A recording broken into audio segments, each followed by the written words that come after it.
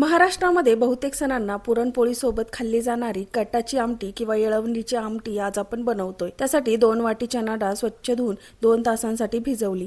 2 तासानंतर डाळ छान भिजली। आता पाण्यासह कुकरमध्ये घातली। 1 चमचा तेल, थोडीशी हळद घालून कुकरच्या 3 ते 4 शिट्ट्या करून डाळ शिजवून घेतली। डाळ आता मस्त मऊ शिजली की याला एका चाळणीवर काढायचं। थोडा वेळ अशीच ठेवून त्यातलं सर्व पाणी निथळून घ्यायचं। खाली शिल्लक राहिलेलं पाणी येळवणी म्हणून आपण आमटीला वापरतोय। पॅन मध्ये उभे कापलेले 2 मध्यम आकाराचे कांदे छान लालसर रंगावर भाजले। त्यातच नंतर सुकं खोबरं, लसूण, आलं, हिरवी मिरची, खसखस, खडे मसाले पण चांगले भाजून घेतले।